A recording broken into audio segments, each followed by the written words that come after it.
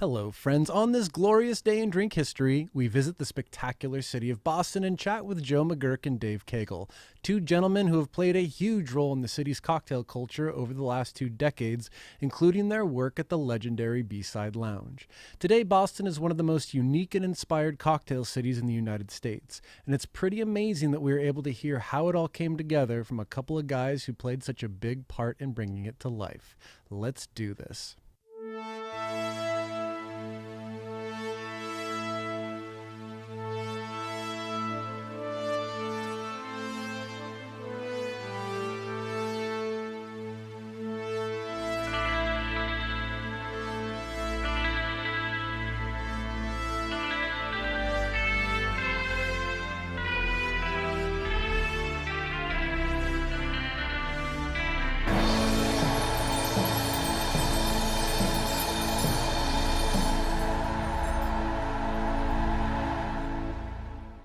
This episode of the Educational Drinking Show is sponsored by Luxardo. You all know and love Luxardo for their legendary maraschino liqueur and maraschino cherries for garnishing. But did you know that there is so much more to Luxardo than maraschino? That's right, folks. A full range of Luxardo liqueurs is available for your cocktail creativity, including Amaro Habano, Bitter, Aperitivo, my personal favorite, Luxardo Apricot, and the newest offering, Bitter Bianco. Good stuff. And now it is my great pleasure to share with you my interview with Joe McGuirk and Dave Cagle. I'm Joe McGuirk. I've been tending bar for 25 years, mostly in the Boston, Cambridge, Somerville area. I started in the kitchen, but quickly realizing where the money was, I moved over to the bar. At the time when I went over to the bar, it was mostly beer and shots and drinks like Jack and Cokes, but about 8 years into my career, I moved to a place called the B-Side Lounge and met Dave Cagle, and he and I worked together for off and on for about 9 years. We were roommates twice in that time, and yeah. And we're both still alive. And we're both still alive. We lived through it. I am Dave Cagle. I moved here from North Carolina in 2000 to work at the B-Side. I had met the owner when I was in Boston for a punk rock show, and he offered me a job, so I sold everything I had and moved up here. And I was there until the day it closed, almost 9 years, I believe. Yep, it was a little short of 9 years. And yeah, I locked the door up on the last night and just kept going. Yeah, right here you have the guys who were there the day it opened and the day it closed. It was funny, I was late the day it opened. I'm still reminded of that by the owner, Pat Sullivan, that I was late the first day because I had a real job. And the B-Side, no one predicted that what would happen there. Boston has a great history of bars and cocktails and whatnot, and I think people forget. I mean, currently we're really well known, I think, for cocktails. I could be completely off base and provincial about it, but I feel like we have a good national reputation. But in 1998, when it opened, most bars had a cocktail list of 6 drinks, if they had a cocktail list at all. The B-Side opened up with a pretty impressive cocktail list, which is right here, and we didn't know. We had no idea that it would be such a scene so quickly, and really end up being the seed of the cocktail revolution that happened in Boston. So I feel strong. Where did your guys' enthusiasm begin that you were able to bring to the B-Side when you eventually began working there? Well, for me, I had been working at a few places that were a real mix, like fine dining and music venues. And, the cocktails that I made prior to the B-Side were pretty much limited to cosmopolitans and margaritas and maybe a Manhattan or two. I worked at a place that had was Cuban and French that we ended up putting a few Latin-inspired cocktails on because of the Cuban part. So we made a lot of mojitos. It was probably one of the first places that made mojitos in the city, and we used to make 100 or 150 a night. Trying to make sure we could sell something other than a mojito, we tried to develop a cocktail list that maybe people would opt for something else. And that's when I invented the Periodista.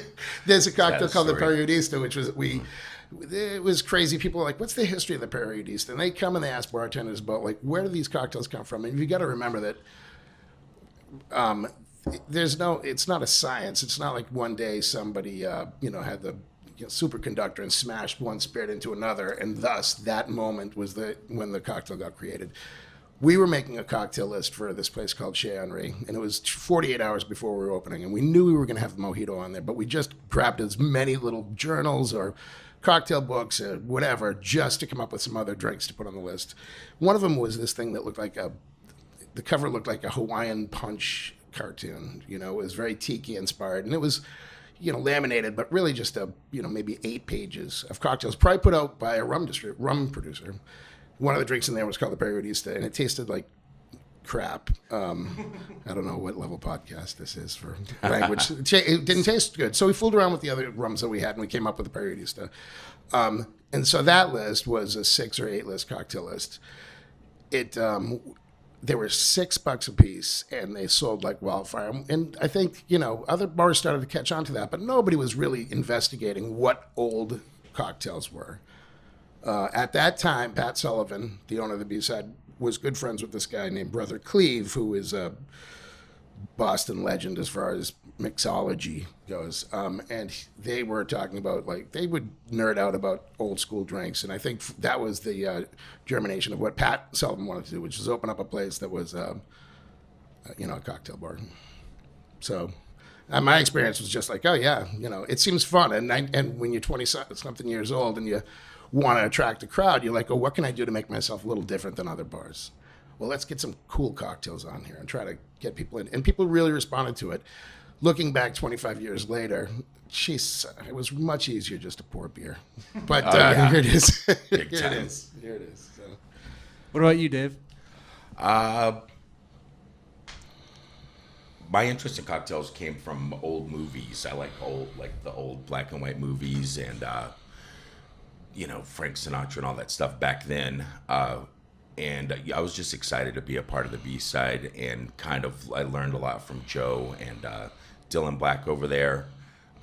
Luckily, we had our recipes were standardized, so it's, you could train the monkey that I was to be able to make the drinks. Yeah, I mean, it was pretty tough, though. We had to, this is the opening menu, which was, 30 drinks maybe, but we ended up having a 3-page cocktail list, right? Wasn't that? Yeah, there was one page of food and 3 pages of drinks. Yeah, and, we, okay,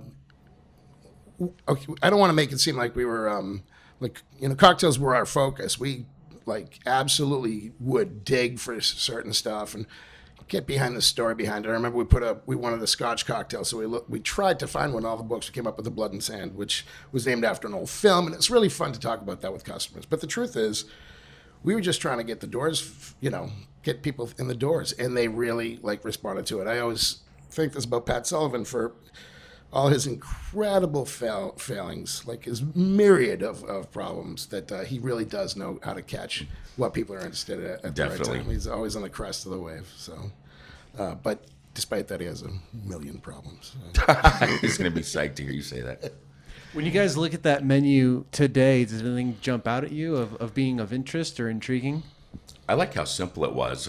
Back then, it's before people started, before everyone knew everything about cocktails. So most of these are classics. They're really straightforward, 3-1 or 2-1-1.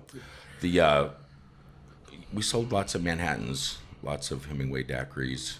The drink that really was the one that was the hottest one right when we opened. So the Mojito was 1995, 96, 98, 99, 2000 was the Aviation, right? A gin cocktail that had maraschino liqueur, or maraschino liqueur, which is how it was pronounced back then, and fresh lemon juice, which I had never worked at a bar that had maraschino liqueur. And it was super hot, and we sold so much of it that the state distributor ran out of stock maraschino liqueur, which is what they probably had the same 2 cases in the warehouse for the past 2 decades. Exactly. So 2 or 3 guys drove around the state. We couldn't make Aviations. We couldn't make them. We didn't have any. 2 or 3 customers from the B-side drove around the state and ended up buying 50 bottles of it at all the different liquor stores and donating it.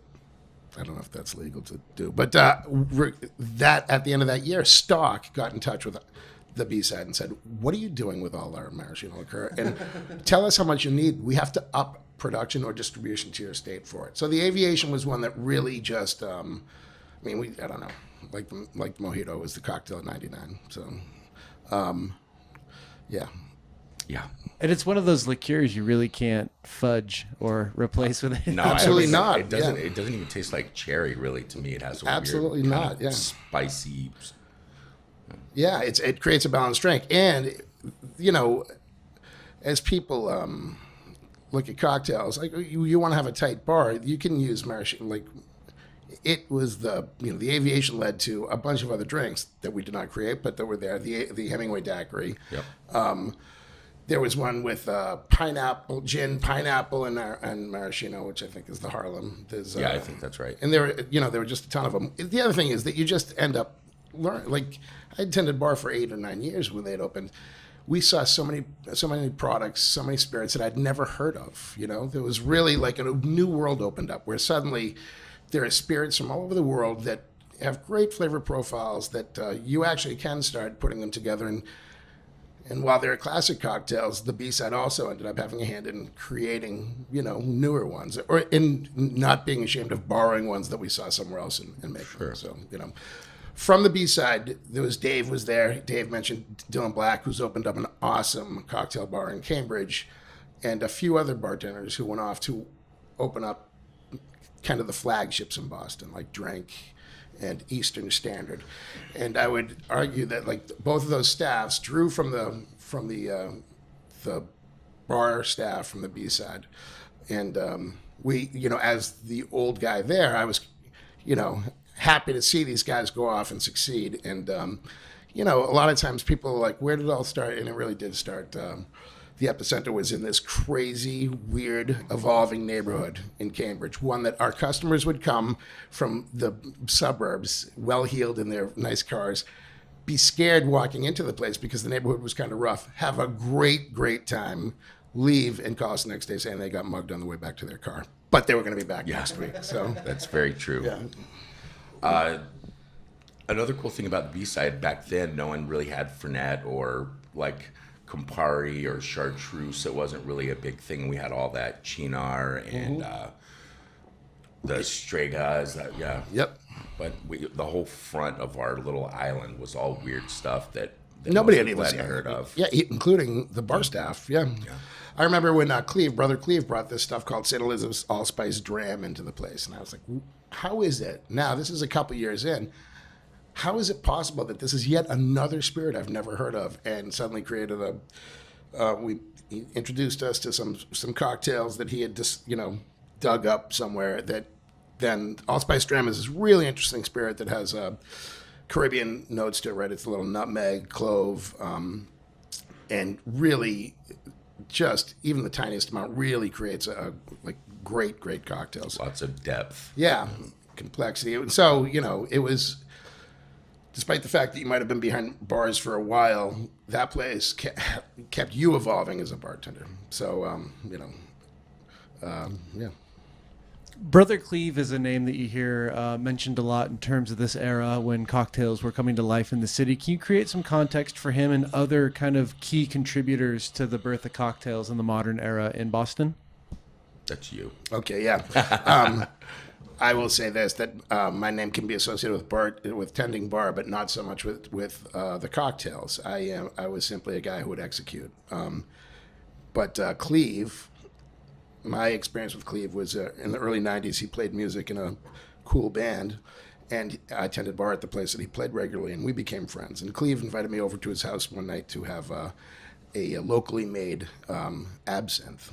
And so there was a Wormwood Society in Boston that created their own absinthe. And that night started a relationship with him that was him taking the guy who knew how to keep people in their seats at the bar. I would be the guy that would get people in there, and Cleve would give me, really have an impact on what we would be serving for drinks. So Cleve was instrumental as kind of the theoretical side, right? He was the guy who would be like, these are the cocktails you should have. The other big names in the city, I think, are, Pat Sullivan, obviously, we've said his name already. Jackson Cannon, who ended up going over to Eastern Standard, awesome hotel bar that opened up in 2005 and really getting like a downtown Boston, the Fenway crowd, seeing cocktails that perhaps they'd never seen before. But letting them feel good about it if they were not initiated into it, right? So if you wanted a Cosmo, you get one, but they would also try to introduce you to something that might fit what you enjoy, but maybe it's something you hadn't heard of. John Gertzen and Jackson and Misty Cacophon started something called the Jack Rose Society. Jack Rose Society, yeah. And those three really were, for the 21st century, really the three that are kind of started driving it going forward. Definitely Eastern Standard took like what we were doing at the B side and took it to the next level. They, the place is huge. It's in Fenway. I think it's responsible for the way that the restaurant culture drinks around here now. Because we're all drinking shots and beers back then, and then it's like everyone has the unpretentious kind of fancier place to go to after work where you can get the good stuff and look like this. And yeah, I remember the first time I went in there. They had just been open, and I was working down the street at a sports bar pouring hundreds and hundreds of Budweisers, and I knew some friends that were working there, and I was like, I want to drop in and see them, but I'm wearing this clothes I wear to work, which is a baseball cap and a sweatshirt and shorts. Am I going to be going into a hotel bar, this fancy hotel bar? Which immediately I was made to feel welcome, which is the important thing that Dave and I have talked about throughout our personal history and what we've seen happen in the Boston cocktail culture. One of the things that sometimes gets forgotten as we geek out about the cocktails we're making is that what really ultimately brings people to your bar is hospitality. And Eastern Standard, from the very time they opened, same with drink, made sure that the cocktails were well made. They took their drink seriously, but they really took customer service and hospitality as their number one lead. So, and I think that both of us were opening up our own places soon, and we're going to have great cocktails, I'm sure, at both places. But what we're really going to sell and what's really going to drive our business is making sure that our customers are feel welcome and feel like it's a place they want to be.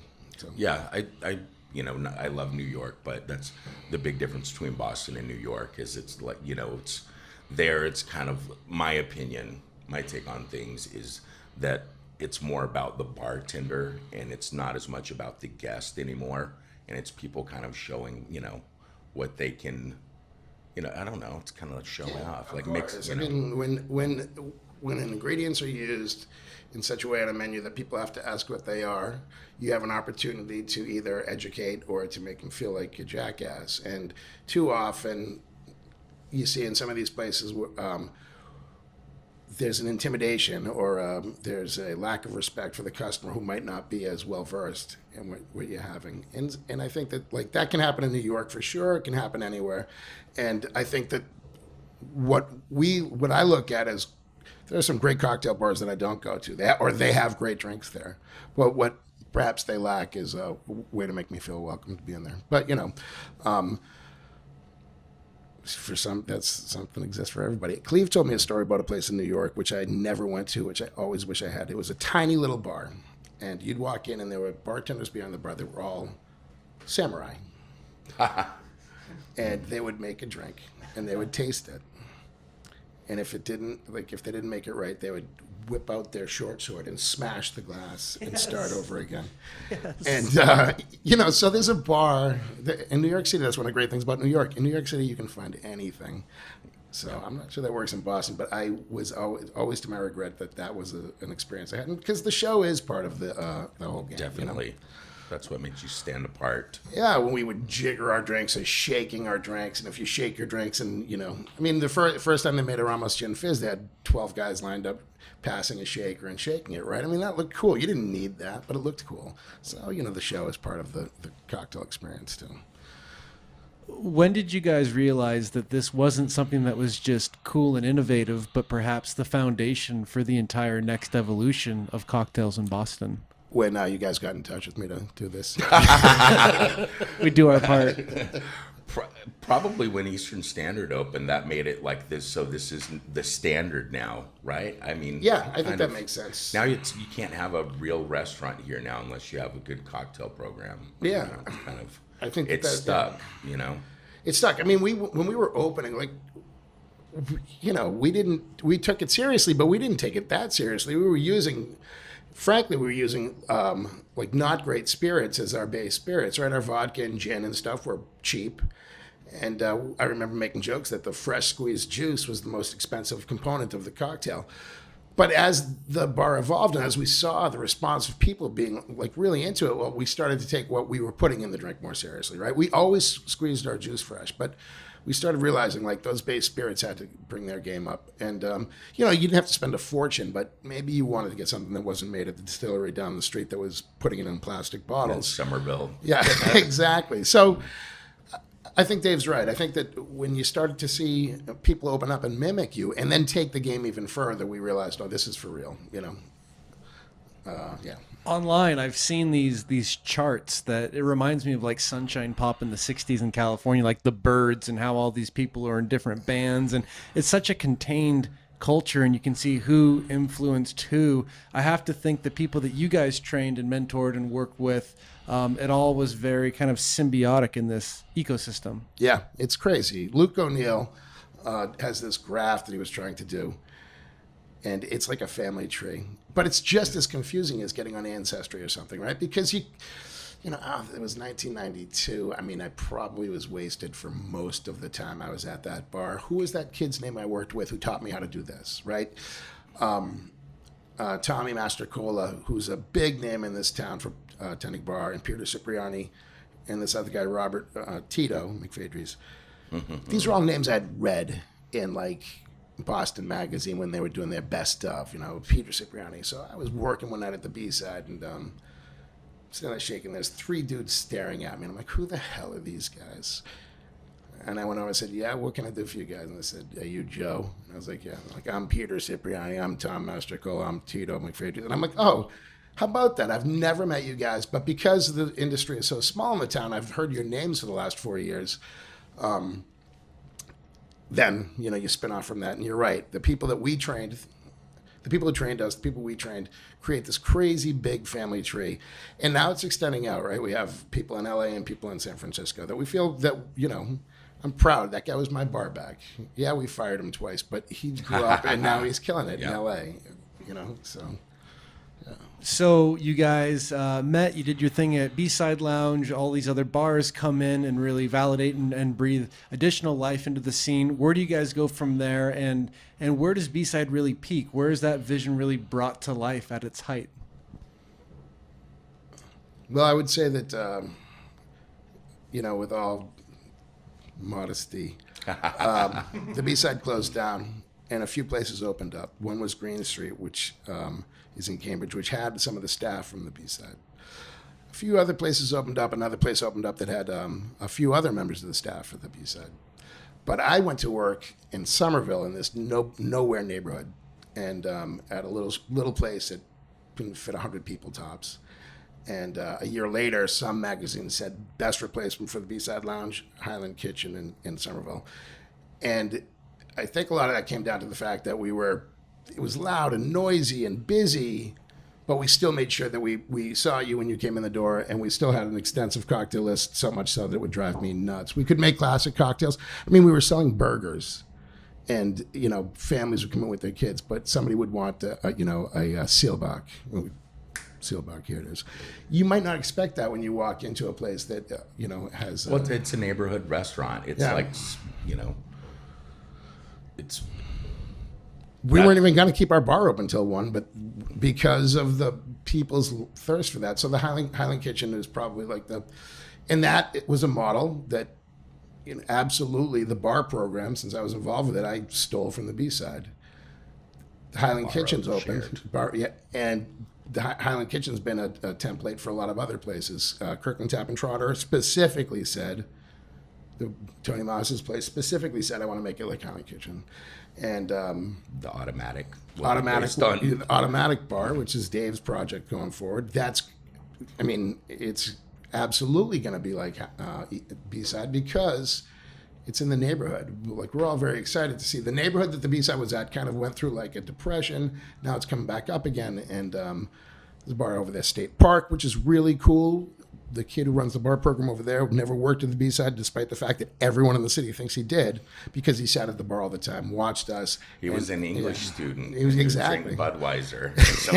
It's Evan Harrison. Sometimes he'd have one beer, and sometimes he'd have five. And then I started to realize that the days that he had one beer, it's because he didn't have any money. Yeah. So I'd buy him a couple of beers, and then we became good buddies. And yeah, and instead of being an academic for the rest of his life and enjoying himself, he learned how to be a bartender, and now he's running a couple successful places. And he looks city. 30 years older than he.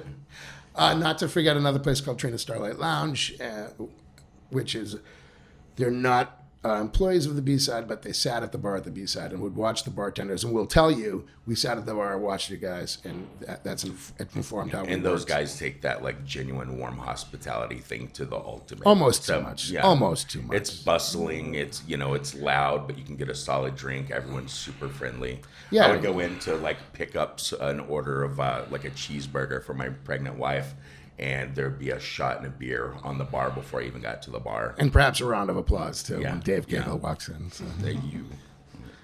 So can you guys expand on what you guys got going on now? I'm opening up a place called The Automatic. It's on Hampshire Street, right outside Kenmore Square. Also, that neighborhood kind of everyday hangout restaurant, not too expensive, nothing too fussy or fancy, but great cocktails. I'm kind of almost making fun of how far things have gone now, and my cocktail list is going to be like mudslides and cosmopolitans, because I think a lot of people would expect for me to have a more classic, more like mixology style menu, but I just want to have fun and kind of go back to where we were, where it all started. And I'm really psyched because it's in my neighborhood. He's opened up with Chris Lessinger, too, who owned a restaurant for years, a pretty iconic restaurant called the East Coast Grill. He actually bought the building that the B-side was in until Patrick opened it up. That's correct. Yep, that's correct. He was the landlord. He owned the East Coast Grill, and he was the landlord of the B-side Lounge. I have been at Highland Kitchen for the last 9 years, and we are opening up the East Coast Grill Redux. East Coast Grill closed down last January. Mark Romano and Marcy Joy, the owners of Highland Kitchen, have a long personal history with Chris Lessinger and with the East Coast Grill. My brother worked there back in the mid-'90s, and it's really close to my house. So I'm moving over to the East Coast Grill. East Coast Grill is going to try to be the same as it was when it was the restaurant to be seen in the 90s. It was grilled fish, raw bar, barbecue. With exactly what Dave's saying, same sensibilities. Make it fun, make sure you can get a good drink, but not take your experience seriously, but not take ourselves too seriously. And while I won't have mudslides on our menu, we are going to have a frozen drink machine, because everybody wants to enjoy it. Like, you want to enjoy it. And I don't care how nerdy you get about your cocktails and how dry you want this or that. A frozen margarita on a hot summer day is pretty badass. So you're going to be able to, if it's in the middle of winter, you might want one too. I don't know. So, Given your guys' experience, what have you learned about the art of opening up a restaurant, and what advice do you have for bartenders out there that may be tackling their first opening? Oh, God. wait till everybody else does the work, and then go in day two and offer you try to get a job. Wait for someone to go out of business that's turnkey. Yeah, exactly. It's So as a bartender, you get a sense of who your clientele is and learn how to roll with it. You might have exactly in mind what you want to do, but the truth is the clientele is going to determine the direction of the place. Learn their names and learn how they like what, and always be ready for it to be busy. When it's quiet, make sure that you are ready for when it gets busy later, and never be satisfied with the level of business you're doing. Always try to do more business. Always be building up your clientele.